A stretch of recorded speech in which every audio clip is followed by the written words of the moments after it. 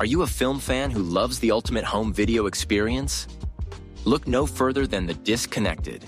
Your host, Ryan Verrill, is your go-to source for the latest and most accurate information on home video releases, exclusive interviews with industry insiders and filmmakers, and has established a thriving community where every film and physical media enthusiast feels welcome. From hidden gems to blockbuster hits, The Disconnected brings you insider knowledge and a welcoming space to share your love of cinema.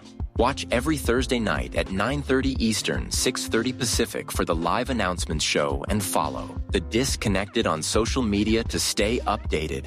Subscribe to The Disconnected on YouTube or on the podcast provider of your choice and dive into a world where every movie night is an adventure.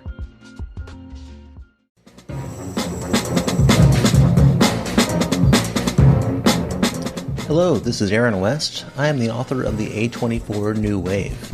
In this book, I look at A24's output and I make the argument that we are in a new wave movement right now. A24 plays a major role. This book has a supplemental podcast where each episode is a brief conversation about an A24 related topic, whether an actor, director, or even a genre. As I continue research for the book and conduct interviews, I expect to record podcast episodes with people involved with the company. You can find the podcast at cinejourneys.com or wherever you find podcasts, and we are proud to be members of the Someone's Favorite Productions podcast network.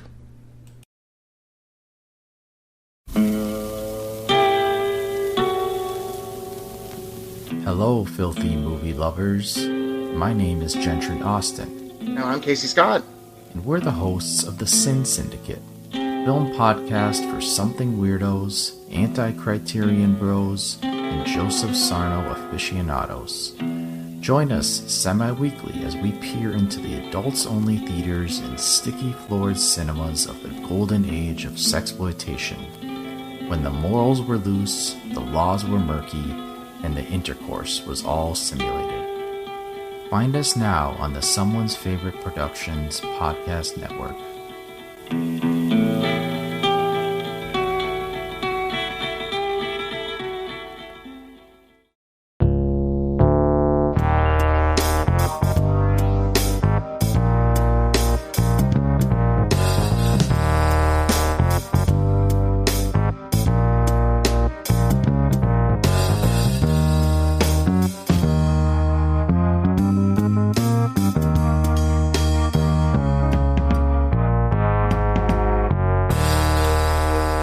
Welcome to the Life and Times of Captain Barney Miller podcast. I'm your host, Mike White. Joining me, of course, is the rookie, Chris Stashew. I'm just here filling in for Fish today, and then I'll disappear for 2 episodes, and then I'll come back. Glad to have you. Just please don't annoy me with a lot of really weird questions. Oh my god, you didn't like Landsberg, huh? Not this first appearance. Well, second appearance. Right. Well, what, third appearance? He wasn't Dietrich in that first one. But it technically still counts, though. Yes, of course. He was there. Don't tell me he wasn't there. He was there. It has happened. I watched it happen. I saw it happen. Don't tell me it didn't happen. What was he playing in that episode? The guy who's pretending to be a Bible salesman? Yes, yeah, he was pretending to be a priest. Yep. Yeah, Bible salesman, priest, same difference. On this episode, we were talking about 3 episodes of Barney Miller.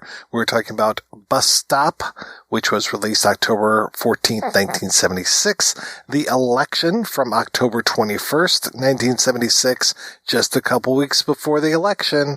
And Werewolf. Yes, this is their Halloween special because it was released October 28th, 1976. And Chris, what did you think of these 3 episodes? They're 3 good yet distinct episodes, but I think the werewolf episode tries to eat its cake and have it too. And I'm not a huge fan of that with a show like this, and it's kind of its own thing. I thought these were good. What about you? Overall good? Yeah, overall good. I thought it was very funny how, and we'll talk about this more next time, in this batch of episodes and in the next batch of episodes, there are countdowns. So in this one, it is the countdown till midnight for the one guy to turn into a werewolf. And in the next batch, we'll talk about one where the world's going to end at 5:30. These episodes felt a little bit more topical than normal. Especially the election one felt very topical. And then there's even a thing about vaccines in this. Yeah. When I was watching it last night, I was like, are you fucking serious?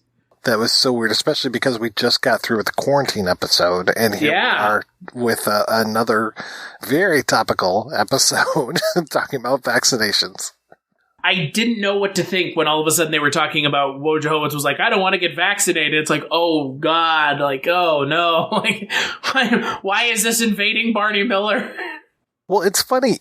I mean, obviously, you were comparing Wojo to like a QAnon person last time. Right. But I realized that Wojo, his role is to be such a foil, because I was just thinking about the episode Fear of Flying, where he had to take the bigamist to another state, and he doesn't want to be on an airplane because he's afraid. And this one, he doesn't want to get a vaccine because he's afraid of needles. And it's like, okay, is he just going to be afraid of everything? Is that the thing? Like, here's this big, tough Marine who's just afraid of stuff. Wojciechowicz feels like he's becoming less of a character and more of just like a roaming punchline. In this first episode, Bus Stop, and this is the second full appearance of Dietrich, and here he's actually in the station house the full time. It's not that weird thing where he goes to Fish's house or apartment and there's the fake Bernice there. Right. I'm forgetting what his character is. So, like, I was thinking the other day, like, okay, Wojo is the everyman, I'll say, we've got Nick with the coffee, we've got Fish with the bathroom, we've got Harris with the suits and the writing. I don't remember what Dietrich's thing is, but I'm thinking that he's just scary smart, maybe? Or he's dry? Everybody's got a thing, right? And I think Dietrich's thing is just, I guess it's like he's the dude that doesn't really feel like a cop. That's the cop. I don't know. Like, he talks about in this episode, he's like, oh yeah, I was into medicine and all that. And it's like, or is that this episode or is that another? That's this one. Yep. Okay. And so he talks about how he's into medicine and how he was, studying to be a doctor and then not anymore. And I think that's what they're going for, is like, this is the accidental cop almost. Because like you said, he's like scary smart. Like, he doesn't seem like he is there. I don't know. You know what's actually funny? I'm thinking about this now. The thing that really stood out about him, he feels way younger than the rest of them. And it feels like he is like the young blood, along with Ron Harris, to be in there to kind of play as the foil to Lyndon and Vagoda. Max Gale's Wojciechowicz is kind of the same thing, but Wojciechowicz is just, again, I like what Max Gale does with the character, but I just think the character is like too comedic for his own good. And it's getting more and more cartoony. He's getting cartoony. Like, it's just, I don't understand it. He has the best jacket I have seen in forever. Like, I'm not talking about like a dress coat. I'm talking about like just a regular outside jacket. When he walks into the station house and he's just got, it is a coat of many colors, let's just say. And it is gorgeously ugly. You mentioned kind of just this episode in general and this like introduction of Landsberg. There's like a bunch of characters you have to keep straight in this episode too. The fact that it's called Bus Stop is because like a busload of people essentially stop in the precinct. And I think the best episode, the gag of this episode is Fish's bathroom trips where he keeps coming out. Abe Vigoda's comic timing is just, God, I would kill to have his comedic timing. This episode is interesting too in that we've got Candy Azara coming back. She was in another episode, and I'm trying to remember her character. Like, she tried to kill somebody, I think, and it was just, and it was like, well, what's the big deal? And then I can't remember what the other episode was, but they had a bunch of women, kind of tough women, brought into the station. Prostitutes, maybe, I think? I don't think was it that episode where it's all the escorts? No, it's the one where there was a woman who maybe she fought back against her purse snatcher. Because what I'm talking about, the person I'm trying to get to is the old lady who's sitting at Wojo's desk, and she's made up to look older in this one. Florence Halep. Yeah, and she's got that voice, speaking of Candace of Azara, but this is a little bit of a different voice. And yeah, talking about her dead husband and his muscular thighs. She wanted a little bit of Wojo. She sure did. Yeah, the big one. The big one. Big one. And I guess another Wojo thing is that he keeps trying to take that damn sergeant's exam, and he mentions it's the 4th time, and I think we've seen every time that he has failed that exam. And I guess we're going to see how many more times, because he's never going to be sergeant. Really? Oh, man. I guess? I don't know. Spoiler alert. I don't know. I guess maybe if he became sergeant, he would still stay at the precinct. My assumption was if he became sergeant, he wouldn't be at the precinct anymore. That's when number 1 gets his own spaceship. Yeah, I was about to say, you know. are number 6. You are not a number, I'm a man. Overall, a decent episode, though. Yeah, there's some interesting characters. There's the guy who I could tell right off. I was like, oh, he's going to claim whiplash, and Dietrich's asking him all these questions. I was like, oh, okay. In our next batch, we're going to talk about a bystander who doesn't stop a crime, and in this one, at the end, nobody wants to file charges against the guy that stuck up the bus. It's very strange. I wasn't really following the joke. Like, what's the joke? That people ultimately don't really want to be inconvenienced by things, which is fine. I mean, I guess that's funny. It didn't make me laugh. It was just kind of weird. Like, it was one of the things that the show does sometimes where it tries to toe the line in being serious. It's like, come on, don't you know your civic duty? Sometimes the show just kind of maybe deviates from the comedy a little bit, and it doesn't always land, like with the Gregory Sierra stuff at the beginning of the end of the first season, where he's having that kind of crisis of faith after he shoots the guy. That worked really well. But then you have something like this where it's kind of goofy. It's a little dorky. It feels a little ham-fisted because, again, like, all the characters are either like cheating on their significant others or just like outright weirdos. And so you're just like, maybe just let these people go away so you never have to deal with them again. For the love of God, like, please, take my wife. No, really, take my wife. So let's move on to Election, which this was the hot topic, 1976. Who's going to take the White House? Ford or Carter, right? Because Ford was just, he was that whole weird situation where he became president because of Nixon's resignation, and who was it? The Rockefeller, or I can't remember who his VP was. So it was like that whole, like, let's test that whole line of secession thing. Hi, Homer. I'm Gerald Ford. That's the only thing I think of with Gerald Ford is, essentially fake Homer Simpson from The Simpsons. So, and then Jimmy Carter, according to CNN, is the rock and roll president. Sure. Okay. Sure. I love Jimmy Carter, but I love Jimmy Carter because he just seems like a good person. You know what I really love about this episode, Mike, as I'm sure you do? Brett Summers? I thought you were going to say the fact that Ron Harris is apparently a Republican. That was weird, man. What? The only African American character that's, consistently in the show is Republican, and then they get to tell us why he's what is the funniest shit I've ever seen. It's so bizarre. Yeah, that was weird. I mentioned Brett Summers. I love Brett Summers, and she shows up again. I think she was in the Stakeout episode, so I was happy to see her there, and here she is again. I think this might be her last appearance, but she is the woman who throws the toilet seat out of the apartment because her husband won't let her out to vote because she doesn't know how to vote. She has no idea about the issues or the platforms, nothing. And I can kind of empathize with her husband. Just lock her up because her vote's just going to undo mine.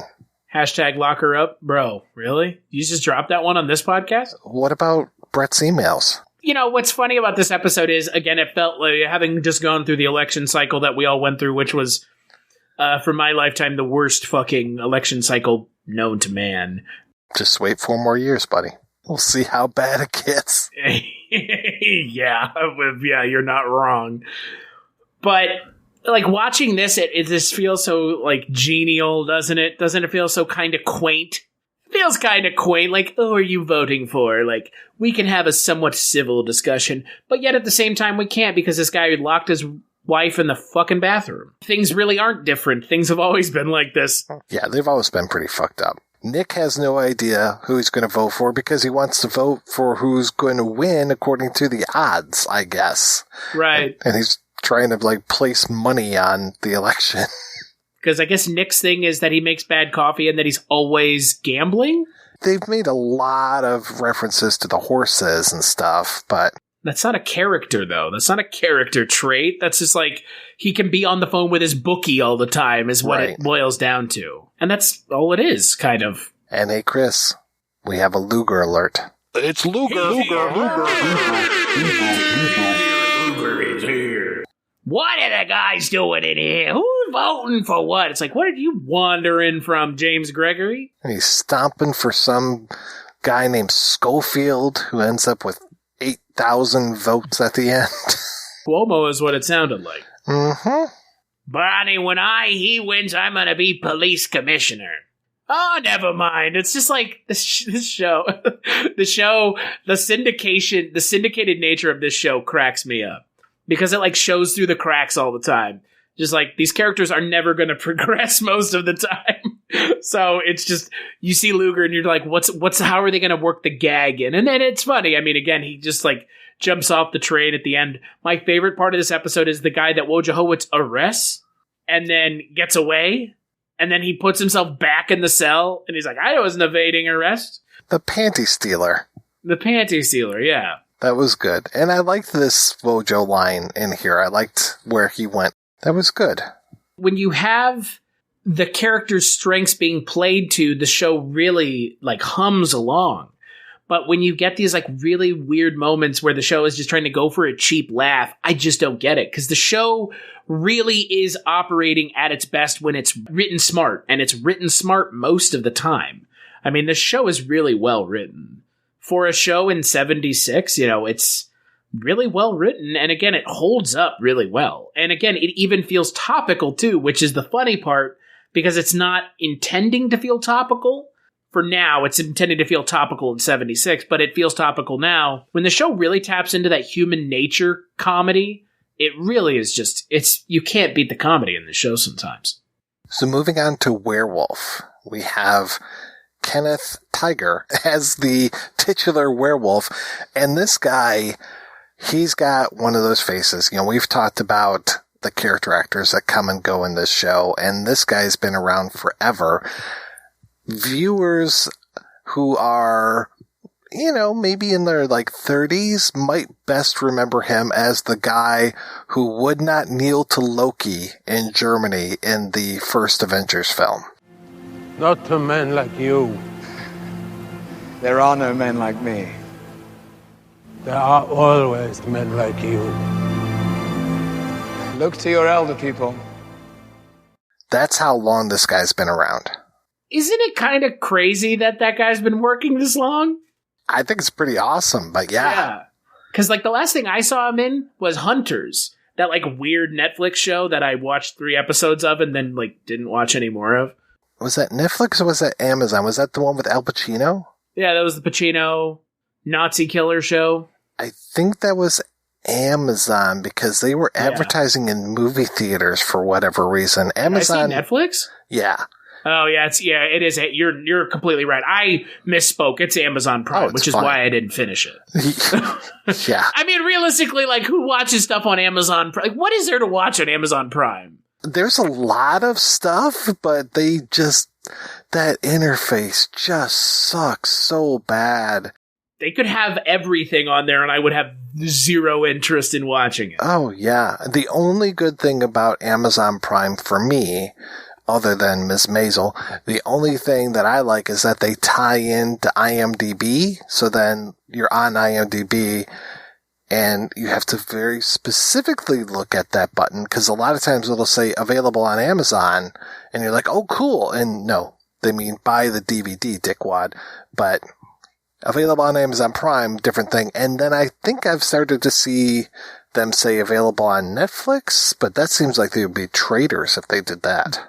Traitor scum. Don't advertise anything else. Because I think Amazon owns IMDb. Oh, yeah, no, they do, because I have IMDb Pro, as do you, and you can use your Amazon account to log into IMDb Pro now. And that's a recent thing. That's like last 5 years, because when I started my podcast, you started yours before mine. You were using IMDb Pro and a IMDb Pro login, and so did I for a while. Now it's Amazon, so just sucking in everybody, man. Amazon's just taking it over. Big dog Bezos and his horrifying visage of whatever he is. What I see the other day, that outrageous number that is the budget of the Lord of the Rings show is still less than it cost Bezos to buy his yacht. With a secondary yacht attached to it. His yacht has a support yacht. It does?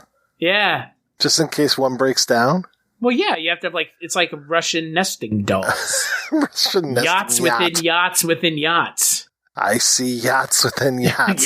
Within yachts. I see two great houses. Yachts within yachts. You must share with us. Is Ron Harris's character unable to be written realistically in these last 2 episodes? Because now you have him being a Republican in the last episode, which is not believable for the character as he's been written up until this point. And now you have him as this kind of guy who doesn't know when no means no. Yeah, he was a little rapey with Nurse Julia. Yeah, a lot rapey. It was, and the issue is it's just it felt out of character. I agree. I was just come on, dude, enough. Just knock it off. She doesn't want to date you. And then at the end of the episode, they have their cake and eat it too. It's really that kind of comedy doesn't make sense to me, because you can't shine a light on what he's doing for laughs, but also understand that that's not okay, and then have her go with him at the end anyways. It's lazy writing. And again, there's no need for it. The interactions that she has with the other characters is funny enough. Her interactions with Woj Howitz are really funny, because this is the whole he's afraid of getting vaccinated episode. Her interaction with Nick, where she's like, have you ever had jaundice? She not realize he's Asian? I didn't understand that joke, because don't forget, last season we talked about how he looked like he had jaundice in an episode. That's true. And that's what I didn't understand. Are they poking fun at the fact that he looked like he had jaundice a year ago on the show? I'm guessing it's just that he looks a little yellow-skinned. Because he's Asian. His character is an Asian character in the show. This is not the episode with the Yamamoto joke. I think that's going to be what we're talking about.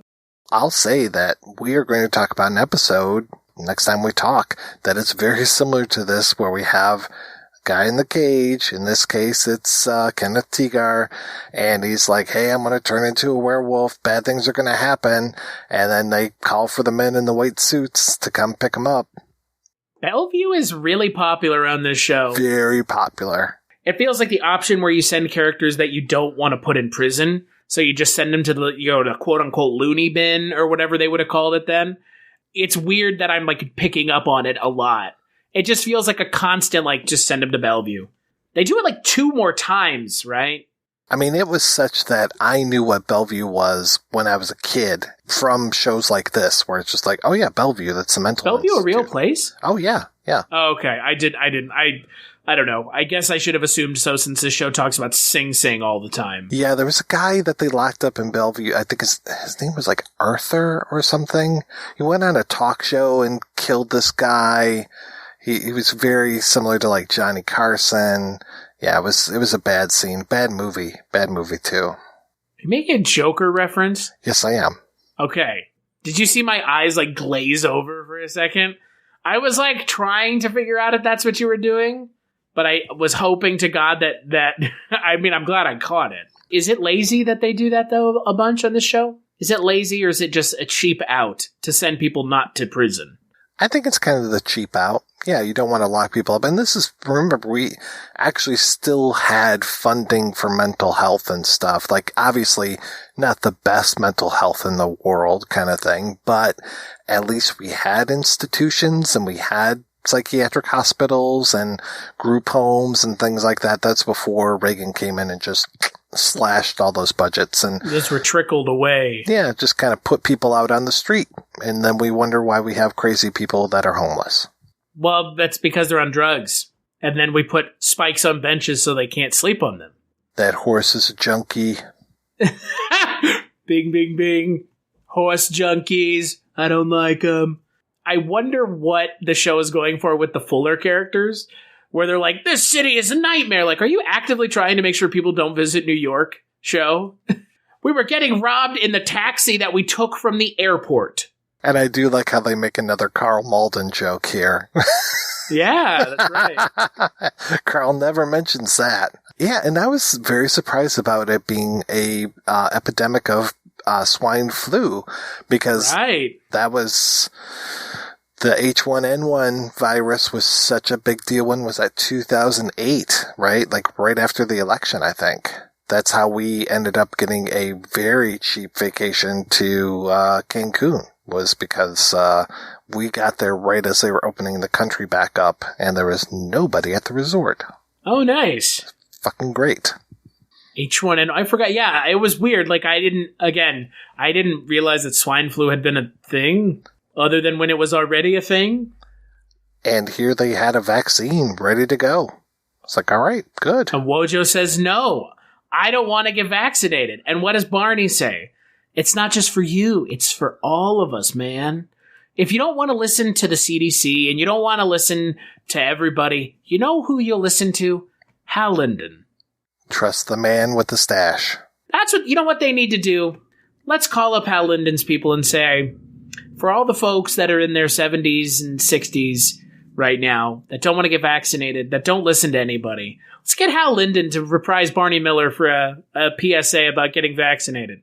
And Max Gale's still alive too, so they could reprise their roles. They're like literally the only ones left. Is the gentleman who plays the other Carrie, or is that what his character's name is? Ron Carey? I don't think he's with us anymore. Oh, man. Yeah, just get them to do a PSA. Hey, you don't want to listen to anybody, listen to Barney Miller. He knows what he's talking about. Just reenact this scene. Yeah, you should listen to your friend Barney Miller. He's a cool dude. Get vaccinated. Barney Miller. All the other, like, if like 20-year-olds come across, like, what the fuck is this? Who are these old people? This guy? Who's this old mustachioed man? Hal Linden's still with us, still working. Give that man a job. Don't let him be in any more weird Christian comedies. Or, what is it? Granddaddy Daycare? Yeah. He deserves better, folks. He deserves better, but does he want more than that? Might be an easy paycheck. It's very clear to me, I don't know if it's clear to you in these 3 episodes and definitely in the next 3, they're really starting to phase out Abe Vigoda. Well, we'll talk about it next month when we come back for another episode of The Life and Times of Captain Barney Miller podcast. As always, I want to thank John Walker for our theme song. I want to thank you, Chris. Chris, what's going on over at the Culture Cast this month? Talking Indian cinema, yes, movies with subtitles. So, yeah. Oh, God. Subtitles don't make me read. Don't make me engage my brain more than being able to look at my phone and listen to it. Yeah, we're talking about Indian cinema. So if that's a thing you're into, or if you've never seen any, we're talking about Indian cinema films. You can find that at culturecast.com, and you can find me on the internet at cstashu.com. That's my link tree. That's where you should go to find me. Mike, what about the projection booth? What's going on in the projection booth right now? Oh, it is such a grab bag month. It's kind of crazy. We're getting ready for Sci-Fi June. It was Sci-Fi July, but we had so many movies that we wanted to cover. I needed a month with 5 Wednesdays rather than just 4. So getting ready for that. And then, yeah, just been doing a whole bunch of request episodes over at the projection booth, including one with you, my friend, where we talk about Gone in 60 Seconds, both the 1974 and later film. With Monian, what's his name? Madrian Pace? Madrian Pace, yeah. Mandrain. There's Gone in something, and not in 60. With the Mandalorian. With the Mandalorian Pace. It is the way.